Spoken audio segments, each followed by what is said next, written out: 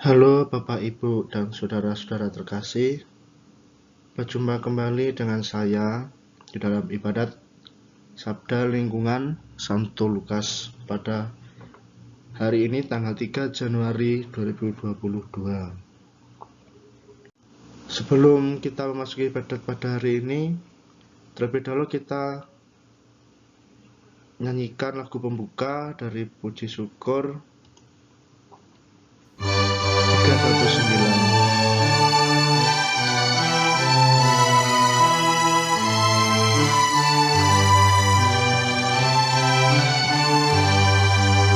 Wahai saudara, silakan hadiri, mari menghadap Tuhan Allahku.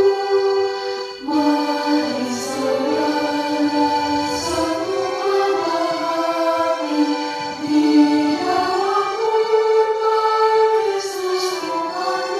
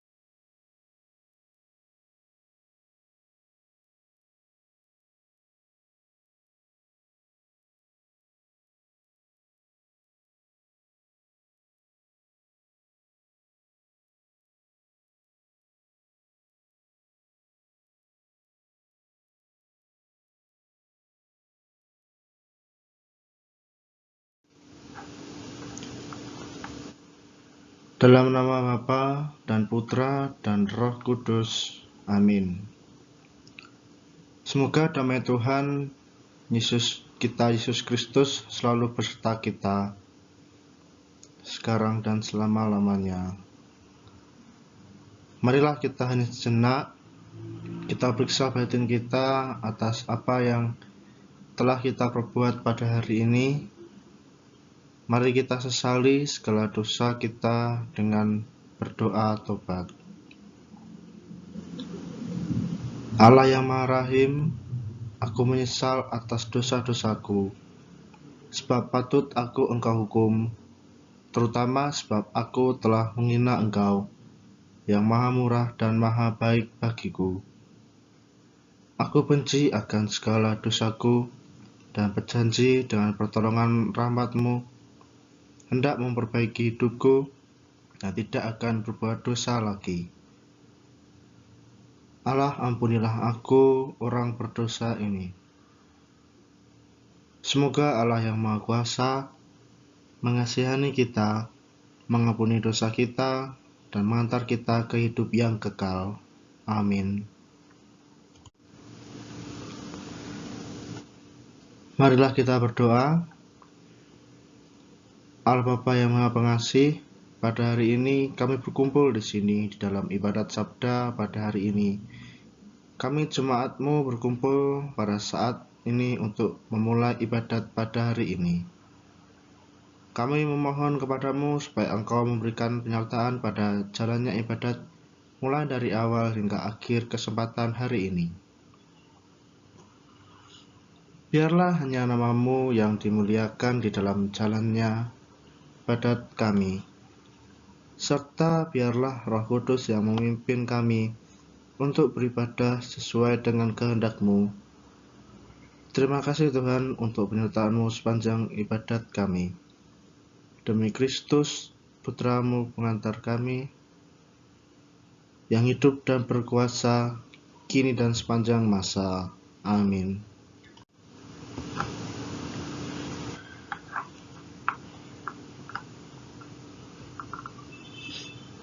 Bacaan pertama. Bacaan dari surat pertama Rasul Yohanes.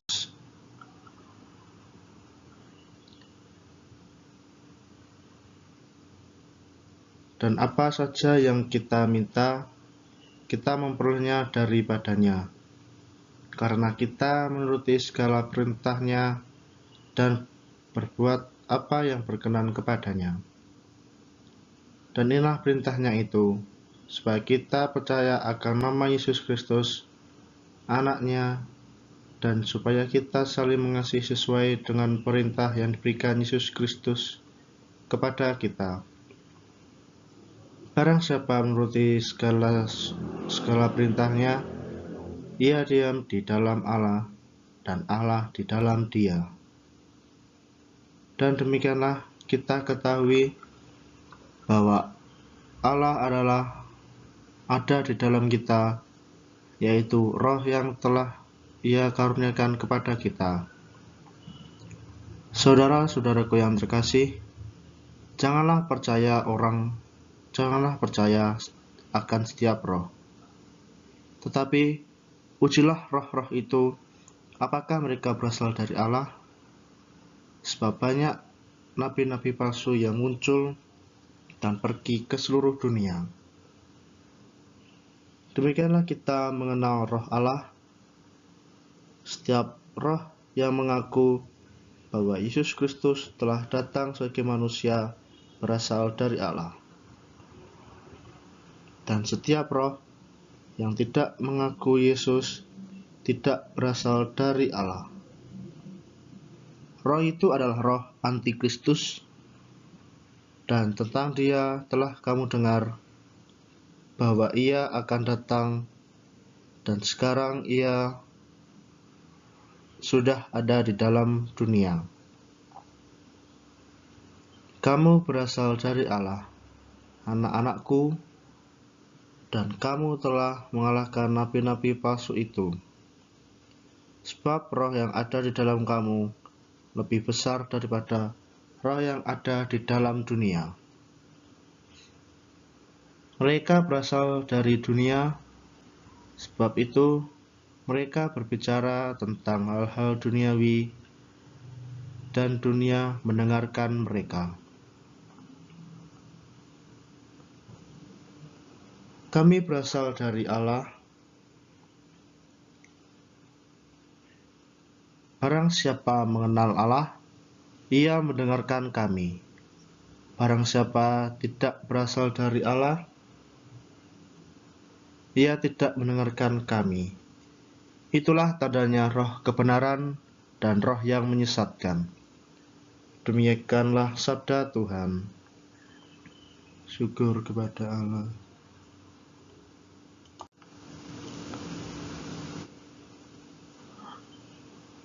Semoga Tuhan berserta kita sekarang dan selama-lamanya. Inilah Injil suci menurut Matius. Dimuliakanlah Tuhan. Tetapi waktu Yesus mendengar bahwa Yohanes telah ditangkap, menyingkirlah ia ke Galilea. Ia meninggalkan Nazaret dan diam di Kapernaum, di tepi danau di daerah Zebulon dan Naftali, supaya genaplah firman yang disampaikan oleh Nabi Yesaya. Tanah Zebulon dan tanah Naftali, jalan ke laut, daerah seberang sungai Yordan, Galilea, wilayah bangsa-bangsa lain. Bangsa yang diam dalam kegelapan telah melihat terang yang besar, dan bagi mereka yang diam di negeri yang dianut maut telah terbit terang. Sejak waktu itulah Yesus memberitakan, bertobatlah, sebab kerajaan surga sudah dekat. Yesus pun berkeliling di daerah seluruh Galilea. Ia mengajar dalam rumah-rumah ibadat dan memberitakan Injil kepada Allah, serta menyelapkan segala penyakit dan kelemahan di antara bangsa itu. Maka tersiratlah bahwa tentang dia disuruh di seluruh Syria, dan bawalah kepadanya semua orang yang buruk keadaannya, yang minta berbagai penyakit dan sengsara, yang kerasukan, yang sakit ayan, dan yang lumpuh. Lalu Yesus menyembuhkan mereka. Maka orang banyak berbondong-bondong mengikuti dia. Mereka datang dari Galilea dan dari Decapolis, dari Yerusalem dan dari Yudea dan dari seberang Yordan. Demikianlah sabda Tuhan. Terpujilah Kristus.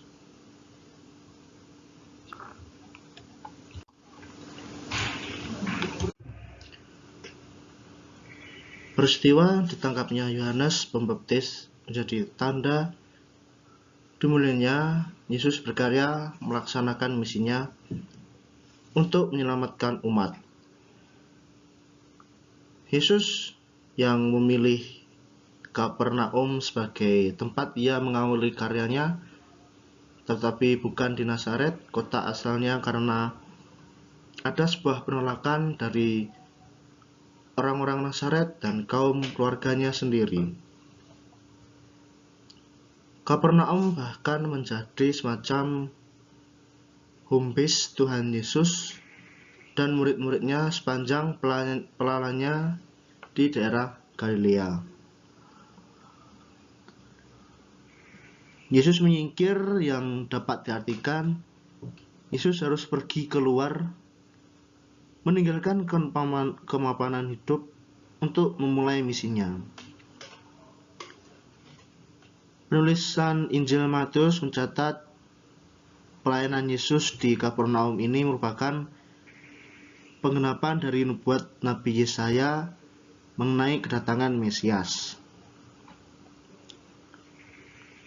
Waktu Yesaya bernubuat, Galilea sedang berada di bawah kegelapan tekanan Asyur. Waktu Yesus berkarya, Galilea juga berada di bawah kegelapan penindasan Roma. Kedatangan Yesus ke Galilea bagikan terang yang menyinari tempat yang dikuasai kegelapan itu, dan agar mereka yang berdiam dalam gelap mengalami terang yang membangkitkan.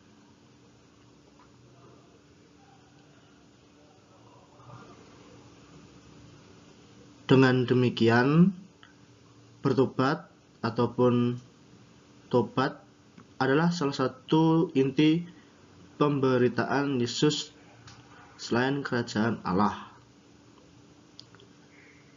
Bertobat berarti mengubah fokus hidup dari berfokus hidup pada diri sendiri, beralih menjadi berfokus atau berpusat pada Kristus. Tobat berarti menyerahkan diri secara total kepada penguasaan Kristus. Berarti pertolongan ini tidak pernah usang, kecuali bagi mereka yang hanya mau memuaskan telinga. Ketika Kristus datang, terang pun tiba. Di mana ada kegelapan, di situ akan bersinar. Terang membantu menemukan jalan, terang mengarahkan langkah. Apakah terang firman sungguh menguasai dan mengendalikan hidup yang ada di sepanjang tahun 2021 yang lalu? Ataupun justru kita semua yang berada di sini berusaha memadamkannya karena ada hal-hal lain yang begitu mendesak, tetapi tidak bisa terlaksana bila hidup dalam terang. Kenyataannya yang sudah kita alami, Natal sudah terjadi, dan kemarin kita merayakan Hari Anak Misioner Sedunia.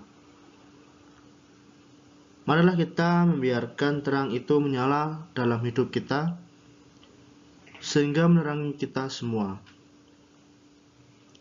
Jika hari ini Injil kemudian menyerukan, bertobatlah sebab kerajaan surga sudah dekat, berarti kita kembali diingatkan bahwa pertobatan adalah jalan satu-satunya yang paling mungkin bagi kita yang masih mengharapkan keselamatan. Karya Yesus awal dimulai di tanah Zebulon dan Naftali, yang dikisahkan negeri yang dinaungi maut, bangsa yang diam dalam kegelapan, menjadi sebuah kedatangan ataupun pesan dari kedatangan Yesus, yakni terang yang mengalahkan kegelapan, terang yang menuntun orang keluar dari lembah kelam dosa. Pertobatan merupakan gabungan dari sikap batin yang membangun niat berbalik dari dosa dan kelalaian, sekaligus perwujudan konkret dari sikap penyesalan diri. Dasar dari pertobatan kita yang terus-menerus adalah Yesus sendiri yang rela sengsara dan wafat demi kita, yang hobi berbuat dosa. Selalu ada kesempatan untuk bertobat dan memperbaiki kehidupan menjadi lebih bermakna dan indah.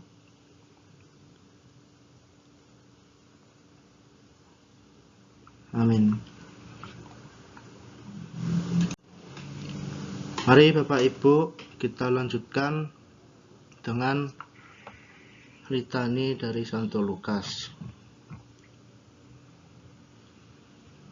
Tuhan kasihanilah kami, Tuhan kasihanilah kami, Kristus kasihanilah kami, Kristus kasihanilah kami. Tuhan kasihanilah kami, Kristus dengarkanlah doa kami, Kristus kabulkanlah doa kami.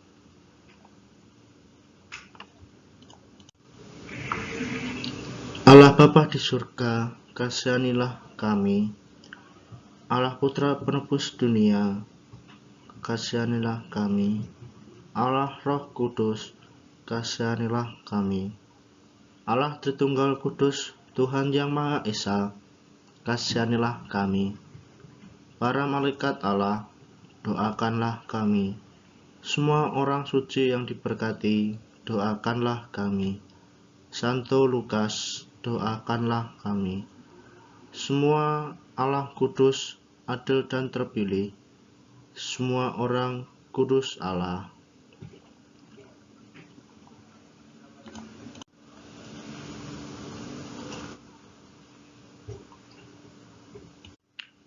Ampunilah kami ya Tuhan.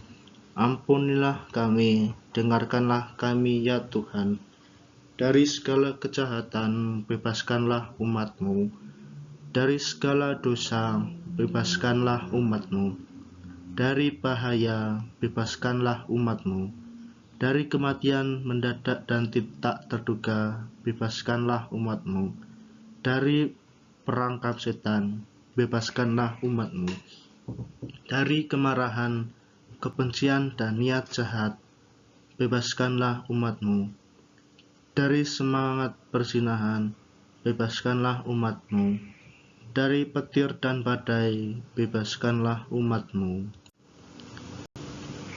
Dari bencana gempa bumi, bebaskanlah umat-Mu. Dari wabah, kelaparan dan perang, bebaskanlah umat-Mu. Dari kematian kekal, bebaskanlah umat-Mu. Kami misteri penjelmaan-Mu, bebaskanlah umat-Mu. Marilah berdoa. Allah Bapa yang kekal dan kuasa, Engkau telah memilih Santo Lukas sebagai pewarta kabar gembira bagi seluruh dunia. Kami mohon kepadamu supaya Santo Lukas yang kami hormati, pelindung lingkungan kami, boleh menjadi pendoa dan teladan bagi kami dalam mewartakan iman. Bersama Santo Lukas, kami memuji dan memuliakan nama-Mu kini dan sepanjang masa. Amin. Mari Bapak Ibu kita lanjutkan dengan doa umat. Allah Bapa yang penuh belas kasih, dengan penuh kerendahan hati, kami mohon berkenanlah Engkau mendengarkan doa-doa dan permohonan yang kami haturkan kepadamu. Bagi gereja, ya Bapa, kami berterima kasih kepadamu atas persaudaraan yang tumbuh di antara kami. Melalui gerejamu yang kudus, semoga gerejamu ini dapat terus tumbuh dalam iman dan kasih persaudaraan untuk melayani Engkau. Marilah kita mohon, kabulkanlah doa kami ya Tuhan. Bagi bangsa dan negara, ya Bapa, berikanlah kedamaian dan kemuliaan bagi bangsa dan negara kami yang sedang berjuang mengatasi segala permasalahan yang timbul. Semoga pemimpin bangsa kami menjadi pemimpin yang bijaksana dan mampu mensejahterakan rakyatnya. Marilah kita mohon, kabulkanlah doa kami ya Tuhan. Bagi pengurus lingkungan Santo Lukas, ya Bapa, berkatilah dan teguhkanlah para pengurus lingkungan agar mampu melayani dengan penuh kerendahan hati dan rela berkorban di dalam menjalankan tugasnya. Marilah kita mohon, kabulkanlah doa kami ya Tuhan. Bagi umat lingkungan Santo Lukas, ya Bapa, berkatilah kami agar tetap guyup, rukun, dan setia kepadamu, dengan menyerahkan hidup kami untuk melayani, memuji, dan memuliakan Dikau. Marilah kita mohon. Kabulkanlah doa kami ya Tuhan. Bagi semua yang hadir di sini, ya Bapa, berkatilah kami semua yang hadir di sini agar selalu setia dalam iman akan Yesus Kristus sebagai anak-anak yang Engkau pilih dan Engkau kasihi. Semoga kami mampu menghayati iman kami seturut teladan Santo Lukas, pewarta iman yang Engkau kasihi. Marilah kita mohon, kabulkanlah doa kami ya Tuhan. Bagi kepentingan kita masing-masing, marilah kita mohon. Kabulkanlah doa kami ya Tuhan.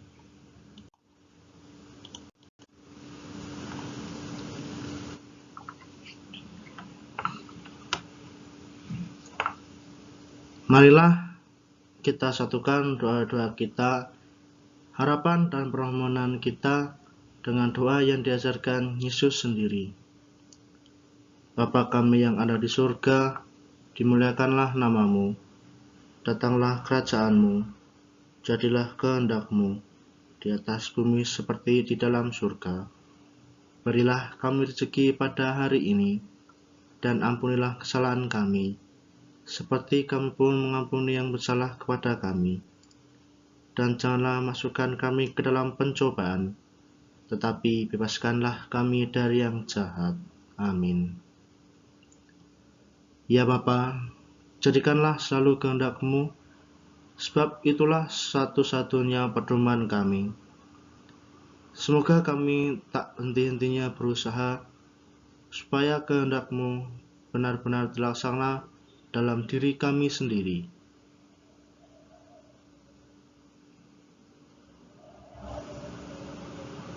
Di dalam keluarga dan dalam lingkungan hidup kami. Sementara Kristus menantikan kedatangan dengan rindu keadaan penyelamat kami, Yesus Kristus. Sebab Engkaulah Raja yang mulia dan berkuasa untuk selama-lamanya. Amin.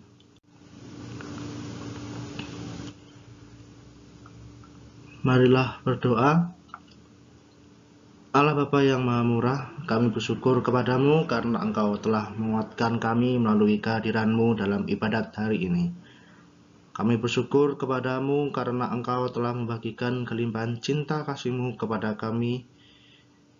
Kami bersyukur karena persekutuan cinta kasih ini. Semoga hidup kami dipenuhi rasa syukur, baik dalam suka maupun dalam duka. Semoga persekutuan kami dengan Yesus dalam ibadat ini menguatkan iman kami sehingga kami mampu menjadi saksi-saksi-Mu di tengah masyarakat. Bapa, kami mohon rahmat-Mu bagi mereka yang tidak bisa hadir dalam ibadat pada hari ini. Semoga mereka semua tetap dalam naungan kasih-Mu, sebab Engkaulah yang hidup dan berkuasa bersama Putra dalam persekutuan Roh Kudus, kini dan sepanjang masa. Amin.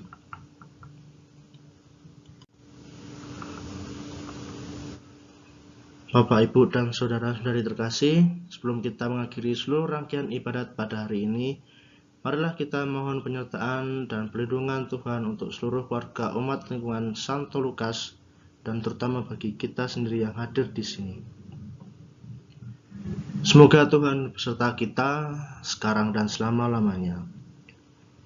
Semoga melalui perantaraan Santo Lukas, kami diantar untuk menjadi pendoa bagi sesama kita. Semoga melalui teladan Santo Lukas, kita semakin berani menjadi saksi Kristus, menjadi pewarta di tengah-tengah masyarakat. Semoga kita semua dilindungi, dibimbing, dan diberkati oleh Allah yang Maha Kuasa, dalam nama Bapa dan Putra dan Roh Kudus. Amin. Dengan demikian, ibadat KKU lingkungan Santo Lukas kita sudah selesai. Marilah kita pergi, kita diutus menjadi pewarta. Amin. Kita nyanyikan terlebih dahulu lagu penutup pada hari ini dari Bersyukur 683.